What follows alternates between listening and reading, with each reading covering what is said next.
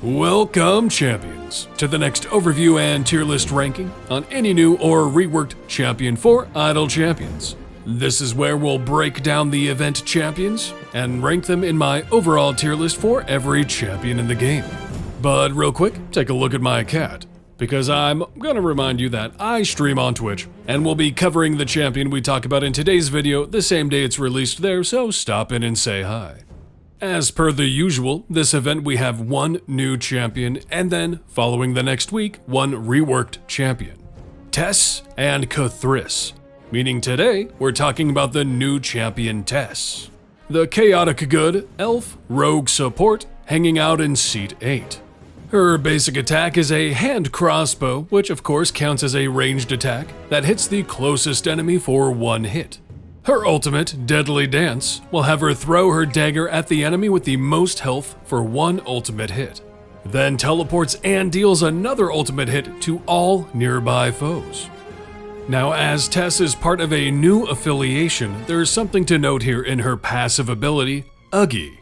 Uggy joins the formation, starting next to Tess unless they're already in the formation next to another fallbacks champion, where Uggy increases the damage of all non-adjacent champions.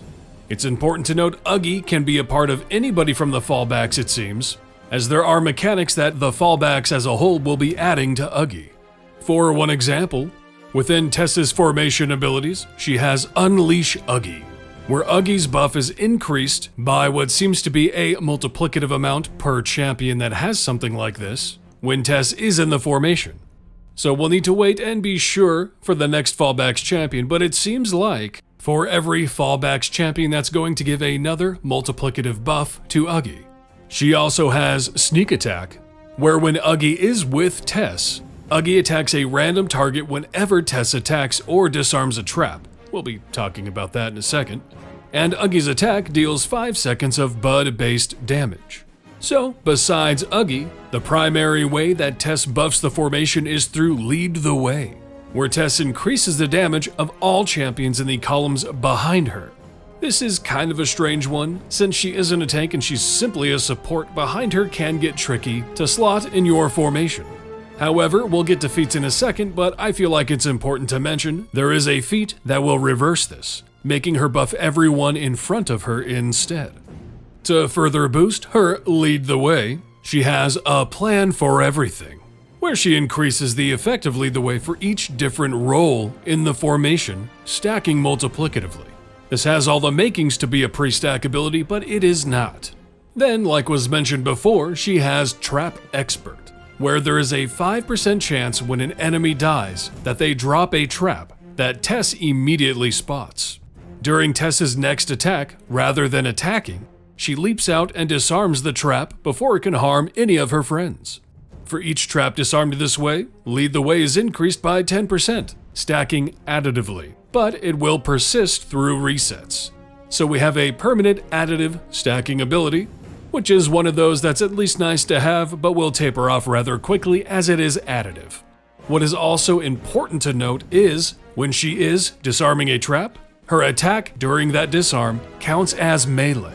So if you're running a ranged build or are requiring ranged attackers for some reason, for that brief window, she will not count as ranged. Now, what about her specializations? She only has this one specialization choice, and they are all ways to pre-stackatively increase the effect of Lead the Way with all different restrictions. First, she has the Fallback Plan, where Tess increases the effect of Lead the Way for each unaffiliated champion or fallbacks champion in the formation, of course stacking multiplicatively. This will overall be the easiest pick, which is also why the base will be 100%, the lowest of the 3 picks. She then also has Eyes on the Horizon, where Tess increases the effect of Lead the Way for each champion in the formation with a ranged attack, stacking multiplicatively. Another note here about her being a ranged attacker is that she shares a seat with Jang Sao, who is a very common pick for people who are focusing on ranged teams. So you'll have to weigh out both of them. However, she does fit in well with a ranged team. Lastly, she has Rogue's Gallery, where Tess increases the effect of Lead the Way for each rogue champion in the formation, stacking multiplicatively. This one is a much harsher restriction and is very difficult to get a full team built around, which is why it is the highest scaling of the three, but it is less likely you'll be using this one in the grand scheme of things. Now, what about her equipment and feats?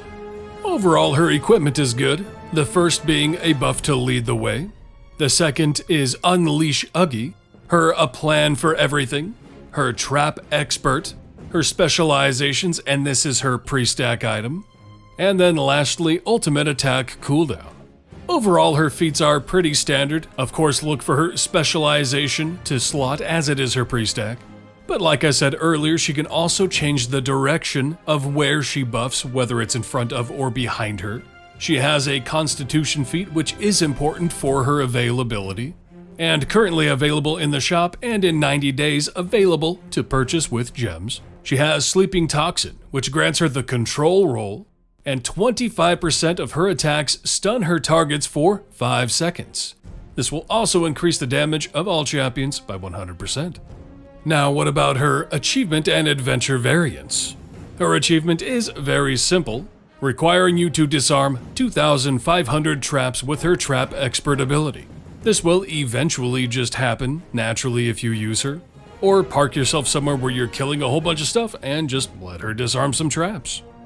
In her first variant, she will start in the formation, unable to be moved or removed, and only Tess and champions buffed by both her and Uggy can deal damage, which at the end of the day, you want them to be anyway, so this isn't that bad of a restriction. But also 1 to 2 Intellect Devourers spawn with each wave. Devourer. They don't drop gold nor count toward quest progress. In the second variant, Tess starts out in the formation, but she can be moved but not removed. After Area 10, gold find is reduced by 50% for each champion role not present in the formation, stacking multiplicatively. At Area 400, this increases to 99% for each missing role.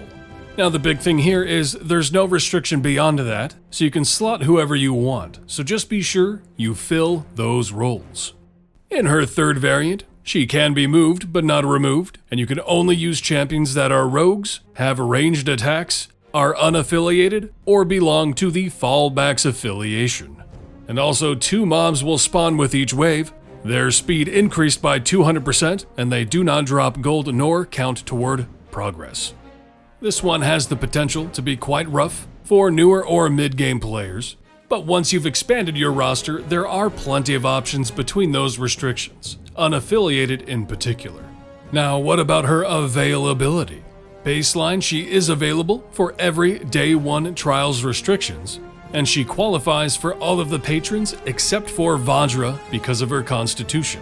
That being said, if you are able to complete her Tier 3, the reward is that Constitution feat, which does make her available for Vajra. So including the feat, she is available for everything that needs to be checked off on the boxes. Pretty good. Now, as far as her tier rank goes, we have a champion, assuming you've unlocked everything, with perfect availability, a pre-stacked buff positional that can be either everyone behind or everyone in front, so she's easy to slot, but slightly restrictive in that pre-stack, but either way, it will lead to an above average buff. Starting off a new affiliation, so we'll have to wait and see how that goes. But for as she is right now, she's going in the A-. Now let's talk about the champions available for flex slotting this event. We've got kind of a weird selection this time with a lot of people I personally would not recommend slotting. Let's start at the top and work our way down. And right away, the first 3 we see are ones I would all recommend avoiding. To start with Deacon, his buffing isn't that good and his speed mechanic is just a worse version of Whittle's. Xander is renowned just as not a great champion, everybody kinda knows that. And Walnut, well, she had a few uses in the past, kind of. I've always been a hater, and I really want them to rework her. Not the best to work with and not good numbers. Then we have Freely, who could prove to be a solid pick, as he does have uses in giving you more favor, potentially gold find if you go to his version of a gold find formation, and an excellent debuffer who scales well with gear. Sergeant Nox, who is a great unlock for an early account, as he will buff the usefulness of Celeste and Makos and make them available for anything he's available for. Nahara, who I personally would not recommend unless you really need her for Strahd, as she will pull in her affiliation for those variants.